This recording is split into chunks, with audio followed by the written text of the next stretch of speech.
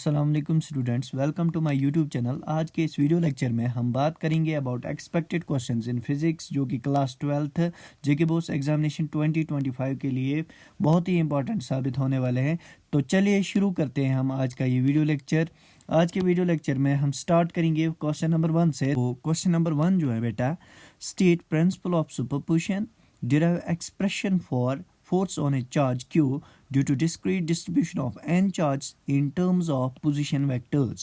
Question number 2 जो है, that is using Gauss theorem derive an expression for electric field due to infinitely long straight wire. Question number 3 जो है, what is an electric dipole and electric dipole moment. Question number 4 जो है, derive an expression for electric potential at a point due to an electric dipole. तो ये पहले 4 questions हैं। आगे चलते हैं।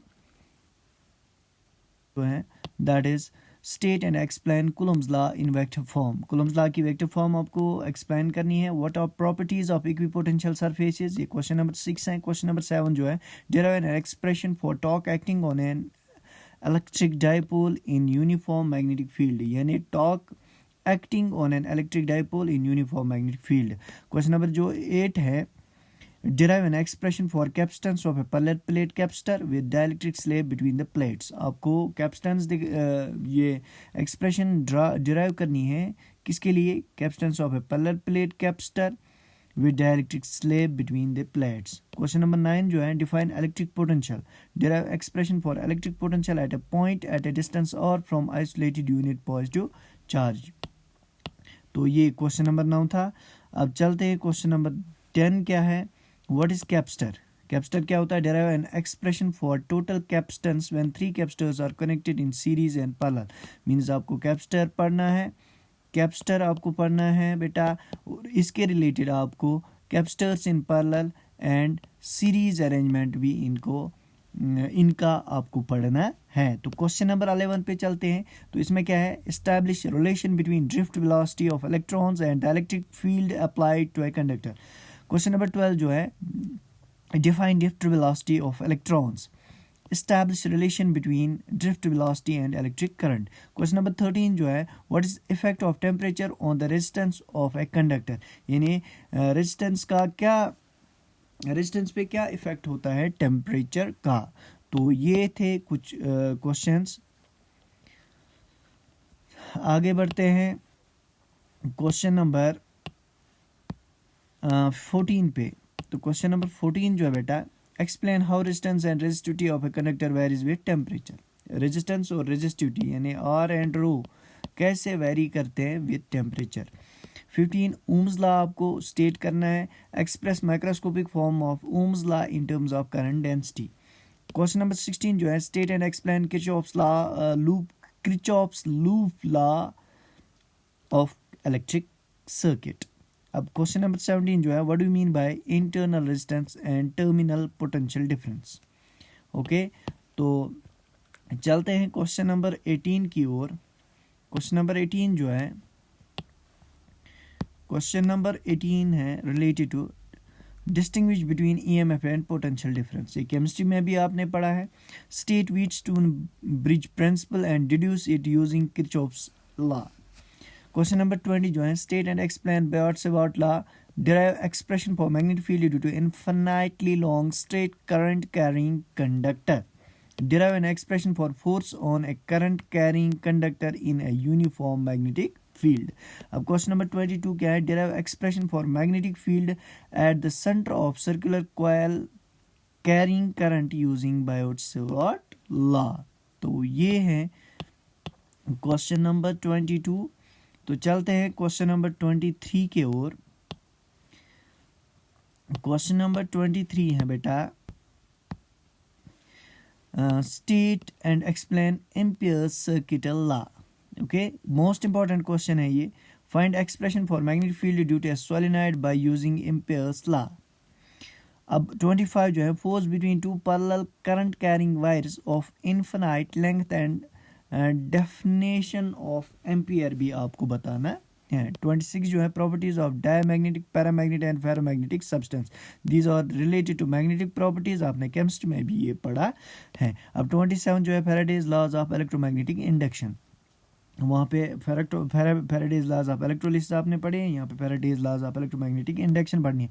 उसके बाद Lenz's law and how it is in accordance with conservation of energy. Lenz's law बतानी है और इसके साथ ये दिखाना है कि how is it in accordance with conservation of energy. तो क्वेश्चन नंबर 29 पे चलते हैं। क्वेश्चन नंबर 29 जो है बेटा वो है what is root mean square value of AC, derive expression for RMS value of AC, यानी root mean square value of AC के लिए आपको एक्सप्रेशन डेराइव करनी है। उसके बाद derive an expression for impedance and phase angle for LC और AC circuit. Okay उसके बाद सेल्फ इंडक्टेंस क्या होती है, expression for coefficient of self inductance of a solenoid. उसके बाद describe principle construction and working of MCG and significance of radial magnetic field. ठीक, उसके बाद conversion of galvanometer into ammeter and voltmeter. ये questions बार बार एग्जाम में पूछे जाते हैं क्योंकि आप गैल्वेनोमीटर को कैसे एमीटर में कन्वर्ट करते हो और कैसे आप इसको वोल्टमीटर में कन्वर्ट करते हो, तो ऐसे क्वेश्चंस आपको हर बार पूछे जाते हैं। तो इसके अलावा आप इसके रिलेटेड जो भी न्यूमेरिकल प्रॉब्लम्स हैं इन फाइनल एक्सप्रेशंस के रिलेटेड वो आप खुद करोगे, उनको भी प्रैक्टिस करोगे साथ साथ। बट दीज 52 क्वेश्चन जो मैं आज लेके आया हूँ दे आर मोस्ट इम्पॉर्टेंट। ये प्रिपेयर करने के लिए हमने एक्सपर्ट्स को भी कांटेक्ट किया है। बहुत सारे एक्सपर्ट्स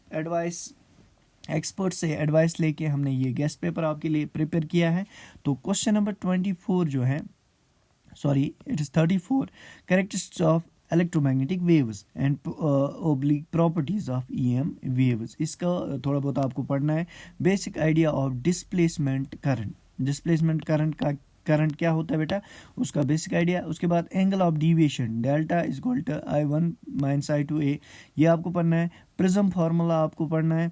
लेंस मेकर्स फार्मूला आपको पढ़ना है। पावर ऑफ लेंस आपको पढ़ना है। उसके बाद ये इंपॉर्टेंट क्वेश्चन है construction and working of compound microscope या एस्ट्रोनॉमिकल टेलीस्कोप, इनमें से क्वेश्चन पूछे जाते हैं।